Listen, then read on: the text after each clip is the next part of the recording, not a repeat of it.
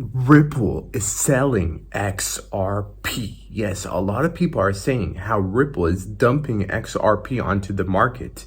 And they're saying how Ripple is basically making you buy all of their XRP, and they're selling and selling and selling. And we're going to take a look at that in today's video and see whether or not it's true. And if it is true, why is Ripple selling XRP? Those are questions that we're going to answer in today's video. So this is very important if you own XRP, or if you're thinking about buying XRP, so you understand the full story behind why crypto companies and crypto projects sell their cryptocurrencies and why they're doing it. So this is very important if you own XRP, because a lot of people are saying how Ripple are dumping and they're selling XRP onto the open market on you. They're dumping on your head. Like, for example, this conversation right here between Anthony Pompliano and Brad Garlinghouse, the CEO of Ripple, goes like this. Good morning to everyone except the people who thought they could just sell unregistered securities and get away with it. Then Brad Garlinghouse, the CEO of Ripple, replied. He said, I am not an enemy of Bitcoin. Never have I been. I hold Bitcoin and I am bullish, as I said on your podcast. Oh, and good morning to you also. And then this guy right here, this Bitcoin maxi, basically, Anthony Pompliano, is like, how much Bitcoin do you hold compared to XRP? Like, that even matters. And will you commit to stop dumping XRP on retail investors? And a lot of people were liking this tweet, so they believed that Ripple is dumping XRP literally, because this guy right here basically saying, oh, will you commit to stop dumping XRP on retail investors? So a lot of people think that Ripple are dumping XRP onto us, and you probably see it in the comment section. There's so many people saying, oh, why would I invest in XRP when Ripple basically just dumps every single month? They dump 1 billion XRP, and that's not true. They do not sell 1 billion XRP every single month, because yes, 1 billion XRP is released every single month from escrow, but usually about 800 million to 900 million XRP is put back into escrow, and only maybe 100 million goes out. So that's about 30, 40, 50 million dollars worth of cryptocurrency every single month. And that's to make sure that the XRP ledger is decentralized. They do not want to sell it all at once and have 2 or 3 or 4 parties controlling most of the XRP. Like, for example, Ethereum. Ethereum is very centralized right now, with over 70% of Ethereum that is staked is controlled by only 4 parties. So that's why Ripple is doing the slow release of XRP. That's point number 1. So a lot of people think that Ripple are dumping XRP, and we're going to take a look at many more things in today's video. Like, I have all of these tabs right here open. So this video is going to be very interesting if you own XRP. And real quick, make sure you subscribe, make sure you join us, because we speak about XRP and cryptocurrency every single day, okay? So that is why this channel is for you. If you own XRP, if you own cryptocurrency, that is why you want to join us, because we release at least 2 to 3 videos every single day.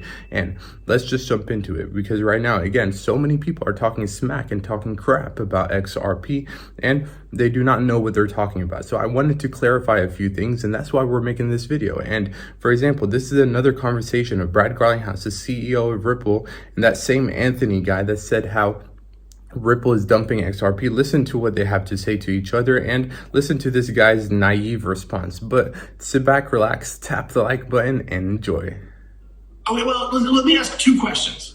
Okay. Do you think the Chinese Communist Party could, if they wanted to, control those 4 miners? No.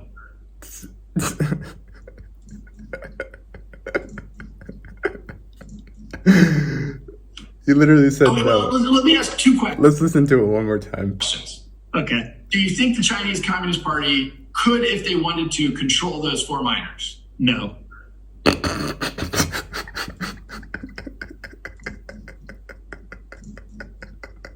Look at this guy's dead serious face. He really thinks that the Chinese party, and I love Chinese, I love Asians, I love Africans, I love Europeans, I love Russians, I love Americans, but like, let's be real, China has a lot of power over their citizens, and they could shut down the miners right away if they wanted to and control the network of Bitcoin. And Bitcoin is very centralized in many ways when it comes to mining hash power. Like, for example, Bitcoin production roars back in China despite Beijing's ban on crypto mining. And I think China is just letting it happen. They don't really care too much because they can see where the energy is coming from, because Bitcoin mining takes a lot of power. So for example, right here, as you can tell, the largest Bitcoin mining farms in the world include, for example, if we scroll down, the biggest one in the world is based in Dalian, China, with a hash rate of 360,000 TH, which is this is basically a trillion hashes, a trillion. And then GH, the second largest, is in Iceland, and it's 1,000 GH. GH is basically 1 billion. So imagine 1,001 billion GH versus 360,000 trillion hashes. Okay, this is with a T and this is with billion. So that's how big Bitcoin mining is in China. They have the biggest miners in the world, and yes, the Chinese party can control it if they want to. Now, again, a lot of people are talking smack about Ripple and XRP because a few days ago, Brad tweeted how basically now Ripple has below 50% of the total supply of XRP, which for 10 years, Ripple has focused on using the XRP and XRP ledger within our products for speed, security, and scalability for movement of value. As more customers use XRP in their payment flows, it's clear there is a real utility here. So whenever this news came out, a lot of people started speaking smack about Ripple and how they're dumping XRP, and it's not true. Yes, they're selling XRP, but if you think about it, like Bitcoin mining, every single person that contributes to the Bitcoin network and they're a part of the Bitcoin network, they get rewarded in Bitcoin, okay? And they have to spend money, they have to secure the network, they have to run mining rigs, and they get rewarded in Bitcoin. People that stake their Ethereum now, they basically control the network of Ethereum, and they get rewarded in Ethereum rewards. So new Ethereum was also being created whenever it was on proof of work and you could stake Ethereum.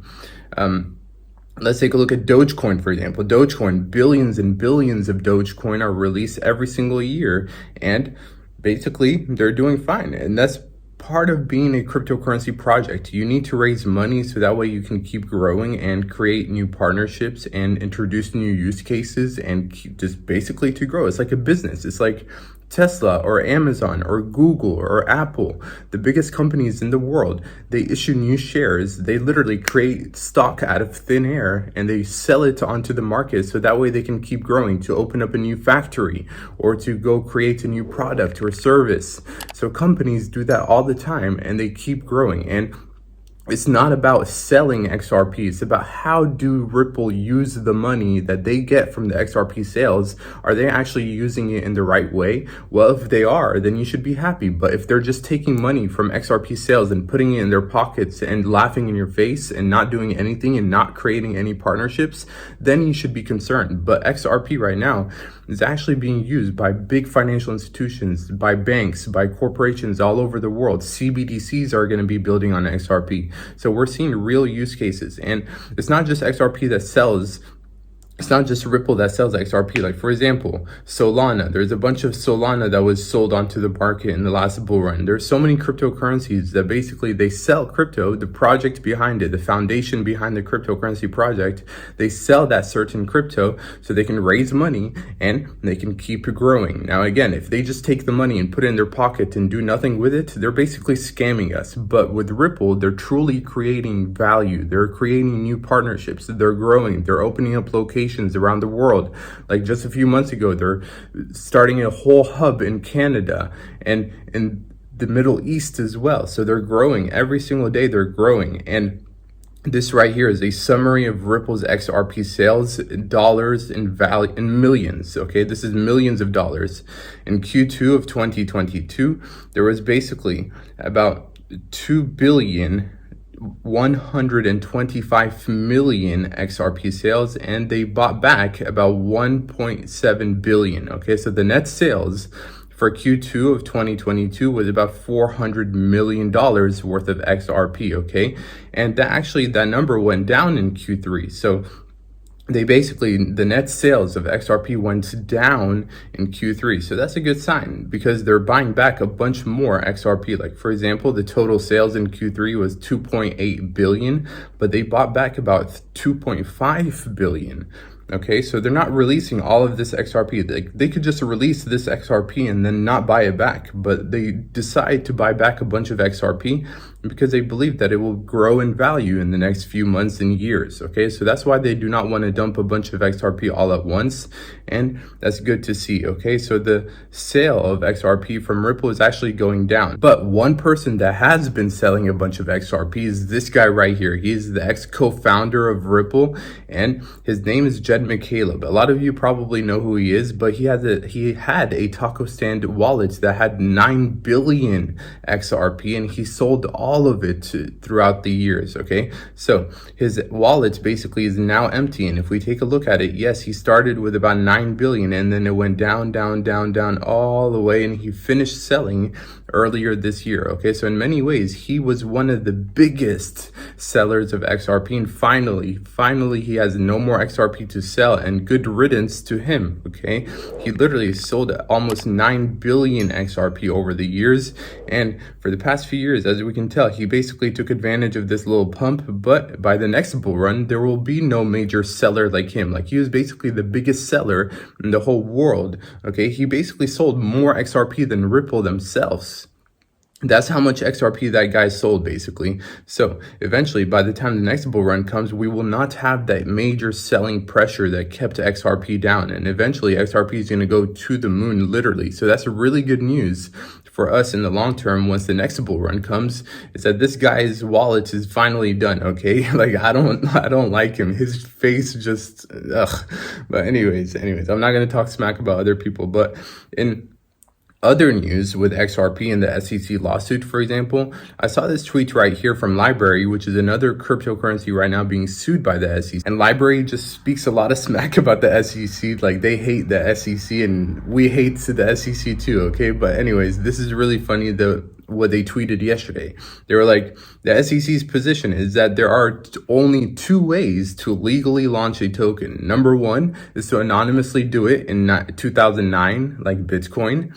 Or number 2, you should illegally and with subsequent bribery. And basically they're talking smack about Ethereum, because Ethereum, we all know that the Ethereum Alliance literally paid one of the ex-directors of the SEC over $15 million.